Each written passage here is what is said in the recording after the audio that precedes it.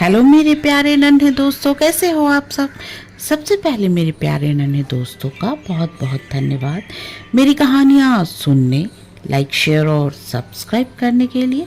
बच्चों, आज जो कहानी मैं आपके लिए लेकर आई हूँ उस कहानी का शीर्षक है झूठ की खुल गई पोल। तो ये कहानी शुरू करते हैं। पुराने समय की बात है। एक चील, एक जंगली बिल्ली और एक सुअरनी एक ही पेड़ का सहारा लेकर रह रहे थे। पेड़ की सबसे ऊपरी वाली शाखा पर चील का घोंसला था।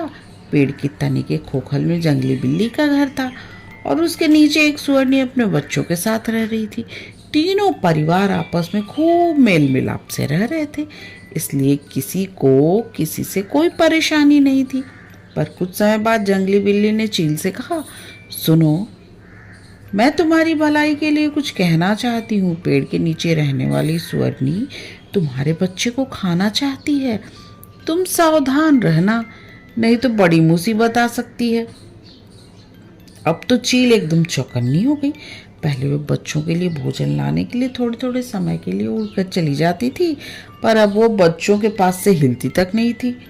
कुछ समय बाद जंगली बिल्ली ने मौका देखकर सुअरनी से कहा, तुम तो स्वभाव से बड़ी सीधी और भोली भाली हो, पर तुम्हें चील का नहीं पता। वो एक दिन अपने बच्चों से कह रही थी कि मैं तुम्हें सुअरनी के बच्चों का मांस खिलाऊंगी। तुम जरा होशियार रहना।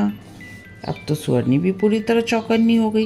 पहले वो बच्चों के लिए खाना लाने थोड़ी थोड़ी देर के लिए इधर उधर चली जाती थी, पर अब तो वो हर समय पेड़ के पास बनी रहती थी। इस हालत में जंगली बिल्ली की मौज हो गई। वो बड़े मज़े से अपने बच्चों के लिए खाना लेने जाती थी और आराम से उन्हें खिलाती थी। उसे किसी बात की चिंता नहीं थी। वो सोचती थी कि चील और सुअरनी तो अपने अपने बच्चों की रखवाली के लिए हमेशा पेड़ पे मौजूद रहती हैं, तो फिर भला मुझे अपने बच्चों की चिंता करने की क्या ज़रूरत है। उनके होते मेरे बच्चे को कौन नुकसान पहुंचाएगा। पर ऐसा बहुत ज़्यादा दिनों तक नहीं चला, क्योंकि एक दिन जब जंगली बिल्ली गई हुई थी तो चील ने सुअरनी को बता दिया कि जंगली बिल्ली ने उसके बारे में क्या कहा है। इस पर सुअरनी ने भी वो शब्द बता दिए जो जंगली बिल्ली ने चील के बारे में कहा था। अब दोनों ही जंगली बिल्ली की चाल समझ गई। उनके मन से एक दूसरे का डर और संदेह दोनों समाप्त हो गया। अब वो पहले की तरह खूब प्यार से रहने लगी। हाँ, जंगली बिल्ली जरूर उनका सामना करने से घबराती थी, क्योंकि उसकी झूठ की कलाई जो खुल चुकी थी। बच्चों, इस कहानी से हमें यही सीख मिलती है कि एक न एक दिन झूठ की कलाई खुल ही जाती है।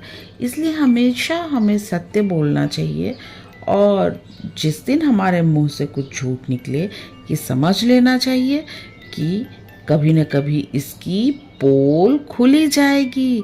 इसलिए मेरे प्यारे नन्हे दोस्तों, आप हमेशा सच बोलना। और हाँ, अगर आपको मेरी कहानी पसंद आई तो प्लीज़ मेरे चैनल को सब्सक्राइब करो।